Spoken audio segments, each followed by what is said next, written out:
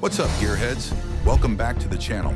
If you're like me and grew up dreaming about that first-generation Mustang, I've got some news that's gonna blow your mind. That iconic 64.5 Mustang sitting in your garage or on your wish list? It almost never happened, not even close. Ford built dozens of prototype Mustangs that were so wild, so crazy, and sometimes so terrible that they buried them deeper than Jimmy Hoffa. We're talking mid-engine supercars, four-door family haulers, and engines that would make your neighbor's Harley sound like a sewing machine.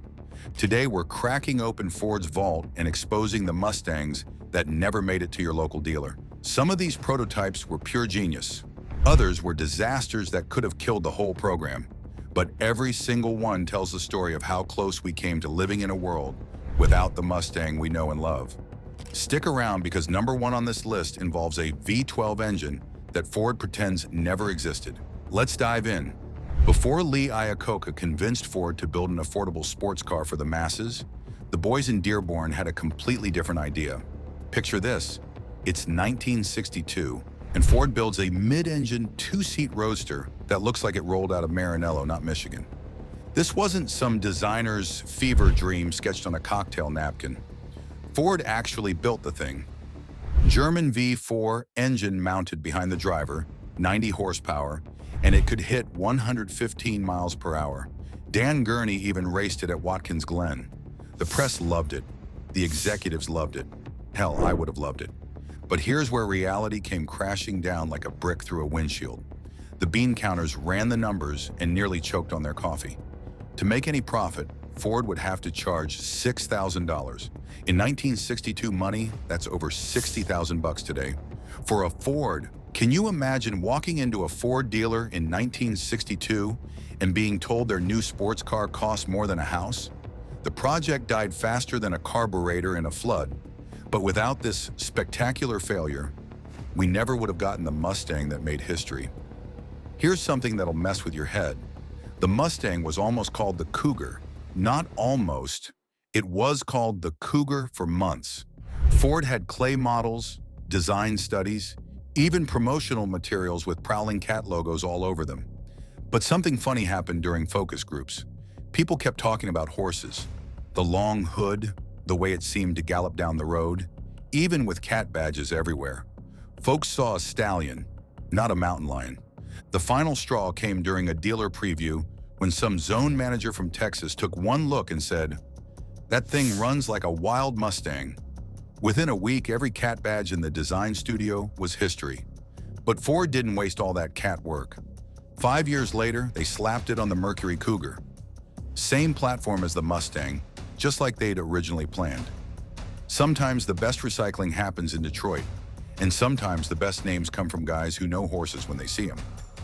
Ford will never officially admit this, but in late 1963, they built a four-door Mustang. Yeah, you heard that right. A four-door pony car. It sounds like automotive blasphemy, but hear me out. Ford was scared. The compact car market was brutal. The Corvair was struggling. The Valiant wasn't exactly flying off lots, and nobody knew if Americans would actually buy a sporty car from Ford.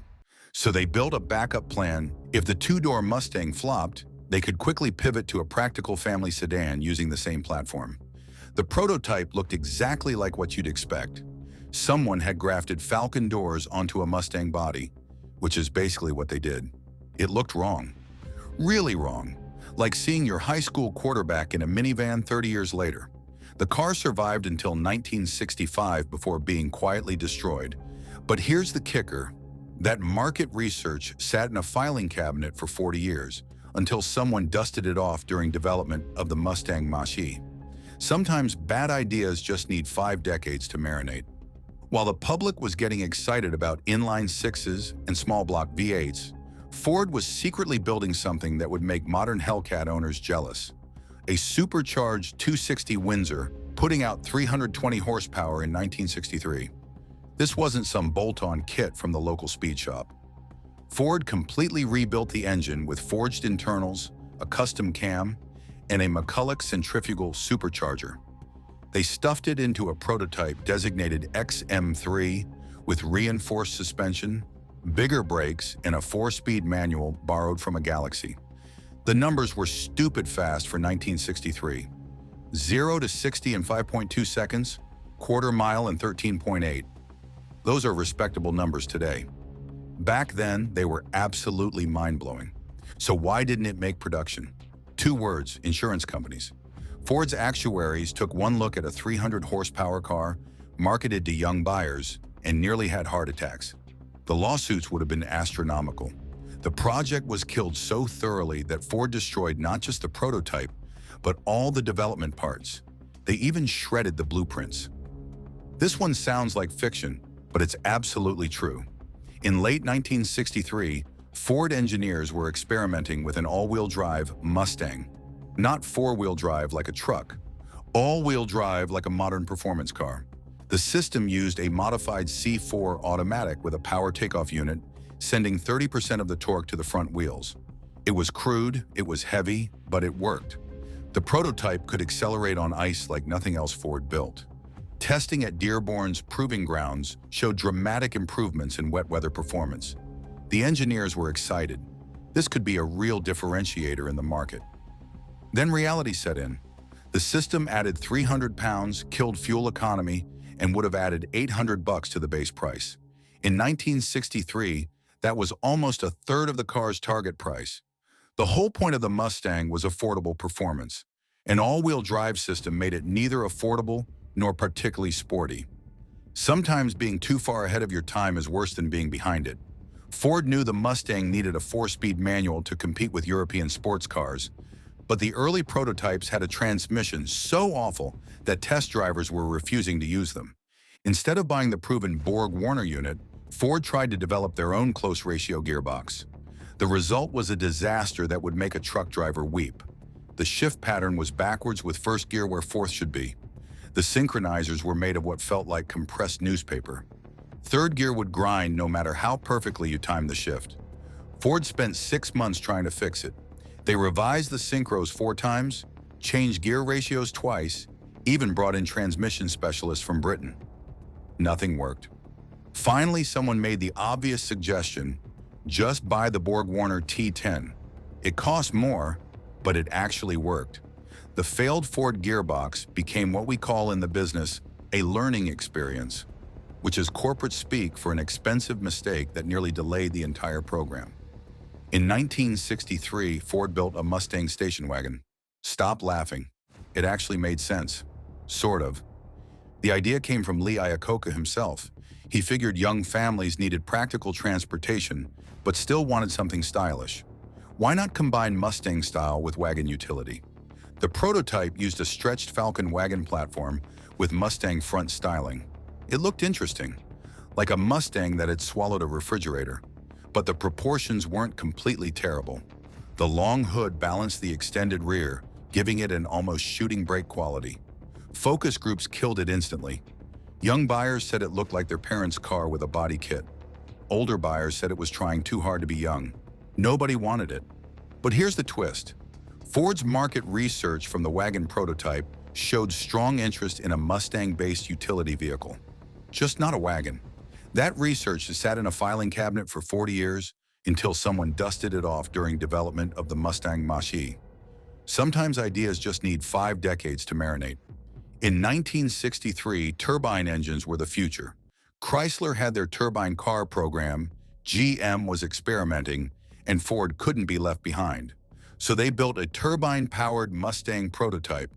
The engine was a modified helicopter turbine producing about 150 horsepower. But horsepower numbers don't tell the whole story with turbines. The torque was instant and constant.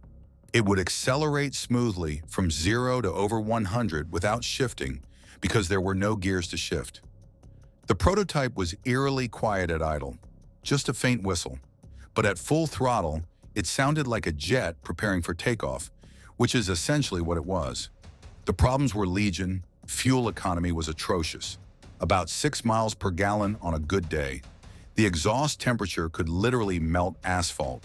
They had to add heat shields to prevent the car from destroying parking lots. But the biggest problem was cost. The turbine engine cost more than an entire Mustang. Sometimes the future arrives too early. Weight was always a concern with the Mustang. Ford wanted sports car performance from a car based on economy car mechanicals. The obvious solution? make it lighter. In late 1963, Ford built a prototype with an all-aluminum body. Not just hood and deck lid, everything. Doors, fenders, roof, floor pans, the entire shell. The weight savings were dramatic. The aluminum car was 400 pounds lighter than steel. That's like leaving 2 passengers at home. Performance improved across the board. Acceleration, braking, handling, fuel economy, everything was better. So why didn't the production Mustang use aluminum? Money, always money. The aluminum body would have added $1,200 to the base price in 1964. That would have priced the Mustang above the Corvette. The entire point was affordable performance. The aluminum prototype was tested for 6 months before being recycled. Literally recycled. The body was melted down and turned into beer cans. Sometimes good ideas just arrive at the wrong time. Someone at Ford thought gull-wing doors would make the Mustang more exotic. That someone had clearly never tried to park a gull-wing car in a normal garage. The doors were beautifully engineered. Gas struts for easy opening, reinforced hinges, special seals to prevent water intrusion. When you opened both doors, the car looked like it was about to take flight. It was dramatic, it was exotic, it was completely impractical. The doors needed an extra 18 inches of clearance to open. Parking garages were impossible. Drive-throughs were impossible. Getting in and out in the rain was miserable. But the real killer was crash safety. In a rollover, you were trapped. The doors couldn't open if the car was on its roof, on its side, or even if another car parked too close. Ford's safety engineers took one look at the crash test requirements and started laughing. Then they saw the executives were serious and stopped laughing. The gull-wing prototype survived exactly 1 month before being converted back to conventional doors. Here's the big one. The prototype Ford doesn't want you to know about. In late 1963, they built a Mustang that could have taken on Ferrari. This was the Mustang that Ford's racing division wanted, and it was absolutely insane. It started with a hand-built aluminum space frame chassis, not a modified Falcon platform, but a purpose-built sports car chassis weighing less than 1,000 pounds. The suspension was fully independent with inboard disc brakes like a Formula One car. The body was carbon fiber in 1963, when NASA was still figuring out how to use the stuff. But the engine was the real showstopper. Ford's experimental division created a 3-liter V12 with twin overhead cams, 4 Weber carburetors, and 350 horsepower at 9,000 RPM. It sounded like a Ferrari because it basically was Ford's attempt to build a Ferrari. The complete car weighed 2,100 pounds and could hit 60 in under 4 seconds. Top speed was estimated at over 170 miles per hour. In 1963, that was pure science fiction. The prototype cost over $200,000 to build. That's over $2 million in today's money for one car. Ford executives took one look at the bill and almost canceled the entire Mustang program. The car ran exactly once at Ford's test track, set lap records that stood for years, then was locked away and eventually destroyed. No photos exist. Ford denies it ever existed, but the test drivers who experienced it never forgot. So there you have it, folks.